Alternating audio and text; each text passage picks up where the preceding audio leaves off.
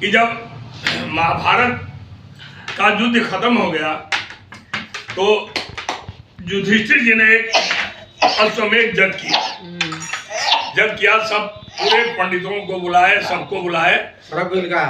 अरे हमारा बहुत सर कह रहा पंडितों को बुलाए और बुला करके अपनी प्रशंसा करने लगे कि देखिए इतना बड़ा यज्ञ मैं करा रहा हूं, आज तक ऐसा कोई अश्वमेध यज्ञ कराया नहीं था। अब भगवान भी वही है, तो भगवान सोच रहे हैं कि ये तो युधिष्ठिर को जो है अहंकार हो गया, अब इनका अहंकार कैसे तोड़ा जाए भाई, क्योंकि भगवान का एक ही सिद्धांत है कि अपने भक्तों के अहंकार को नहीं रहने देते। जब भक्त के अंदर अहंकार का बीज उत्पन्न हुआ तो भगवान का यही उद्देश्य सिद्धांत है कि उसको खत्म करो। सबसे बड़ी कृपा यही करते हैं भक्तों के ऊपर कि उसके अहंकार को तुरंत नष्ट कर देते हैं कोई ना कोई उपाय लगा करके। अब भगवान यही सोच रहे थे, इधर जो है युधिष्ठिर जी अपना डिंग मार रहे हैं, मैंने ये करा दिया, महाभारत भी हम लोग जीत गए और देखिए अश्वमेध यज्ञ करा दिया। सब पूरे जितने ये अश्वमेध यज्ञ वाले जितने पुरोहित पंडित थे सब आए हुए थे। तब तक क्या हुआ, भगवान ने ऐसा माया, क्योंकि उनको तो अहंकार उनका खत्म करना है। तब तक भगवान ने क्या किया कि अपनी माया से एक चूहा जो है, नेवला, चूहा नहीं नेवला, घूमते घूमते उसी सभा में आ गया जहां पूरे लोग बैठे हुए थे। युधिष्ठिर सब पंडित पुरोहित जो भी थे आचार्य आ गया। आ करके तो उसका क्या था, आधा सोने का है आधा जो वैसे ही है।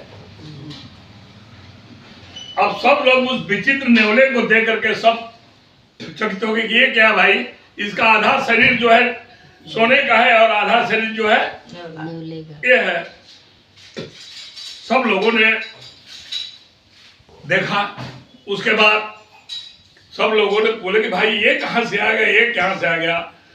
तो नेवला आदमी के भाषा में बोल रहा है कि महाराज आप लोग मेरे शरीर को मत देखिए, सुना है कि युधिष्ठिर महाराज ने बहुत बड़ा अश्वमेध यज्ञ किया है, तो मैं आया था इस यज्ञ को देखने के लिए कि उस यज्ञ में चलो इतना बड़ा यज्ञ हुआ है तो मेरा जो आधा शरीर चमड़े का है वो भी सोने का हो जाए। लेकिन इस यज्ञ का तो कोई हमें उस पंडित के एक किलो सत्तू के बराबर भी उसका पुण्य नहीं है। अब सब लोग बोले कि भाई पंडित के 1 किलो सत्तू का क्या मतलब? बोला कि मतलब है उसके पुण्य के वजह से मेरा आधा शरीर जो है सोने का हो गया था।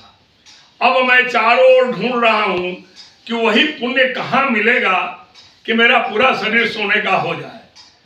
ये अश्वमेध यज्ञ का प्रताप सुन करके मैं आया था कि इस मिट्टी को सूंघूंगा तो शायद मेरा शरीर सोने का हो जाए, लेकिन ये तो 1 किलो सत्तू के बराबर भी पुण्य का नहीं है, तो ये यज्ञ से क्या फायदा? अब सब लोग बोले कि भाई अब ये बता वो 1 किलो सत्तू का पुण्य क्या था कि जो तुम्हारा आधा शरीर सोने का हो गया। बोला कि एक बार क्या हुआ कि एक नगर में एक पंडित जी रहते थे।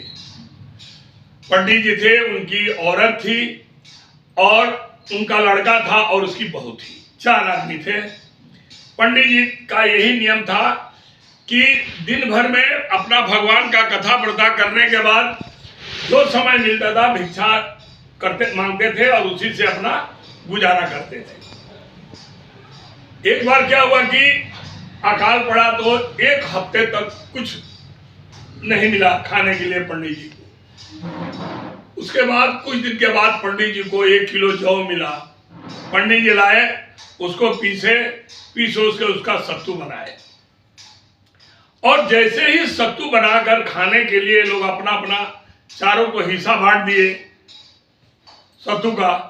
अब सब लोग स्नान करके जो ही अपना सत्तू खाने के लिए तैयार होते हैं, तब तक एक जर्जर शरीर वाला भूखा आदमी आकर के दरवाजे पर गुहार लगाया कि हमें कुछ दे दीजिए, मैं कई दिन से भूखा हूं।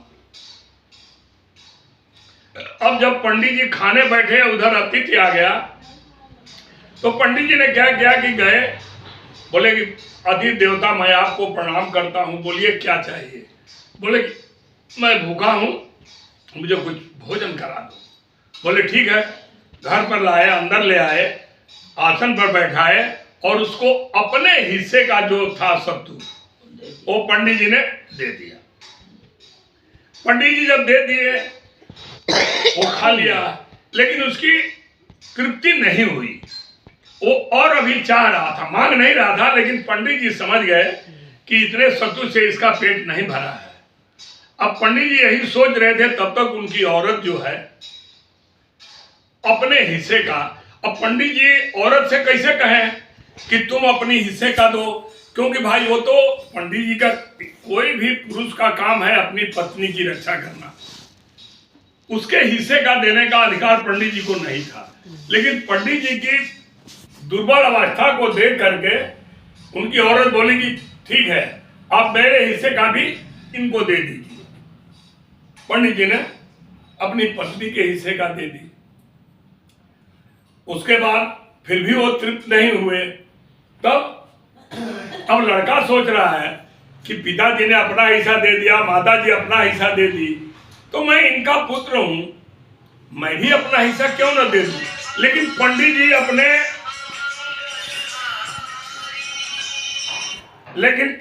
अपने जो है पुत्र से कह नहीं पा रहे हैं, क्योंकि भाई लड़का है, हो सकता है कि वो दे या ना दे। हेलो। लेकिन लड़का ने बोला कि पिताजी आप मेरा भी हिस्सा इनको दे दीजिए। अब लड़के का भी हिस्सा वो खा गया, लेकिन वो फिर भी तृप्त नहीं है। अब लड़के की औरत सोची कि जब सब लोग दे दिए तो मैं अकेले खाकर क्या करूंगी, मेरा पति जब भूखा रह गया तो मैं कैसे खाऊंगी। बहू भी दे दी। जब ये चारों का हिस्सा पंडित जी खा लिए, जो आए थे अतिथि, तो साक्षात धर्म थे, कहाँ प्रकट हो गए। बोले कि आप जैसा महात्मा और दानी अभी तक मैंने नहीं देखा, अब मुझे बर। तो पंडित जी बोले कि आपसे हम क्या बर मांगे, बस यही हमारा परिवार है। तो वो पूरा परिवार शरीर के साथ जो है स्वर्ग को चला गया, और उसका जो पुण्य हुआ, आराम से जिस मिट्टी पर, जिस आसन पर बैठ करके वो पंडित जी खाए थे, जो अतिथि खाए थे, धर्मराज खाए थे, तो नेवला बोला कि मेरा पंडित जी के घर के बगल में ही मेरा बिल था, मैं उसी में रहता था। मैं घूमते घूमते वहां आया, तो जब मैं उस जगह पर गया तो मेरा आधा शरीर जो है सोने का हो गया। उस पुण्य से, उस जगह के पुण्य से मेरा आधा शरीर सोने का हो गया।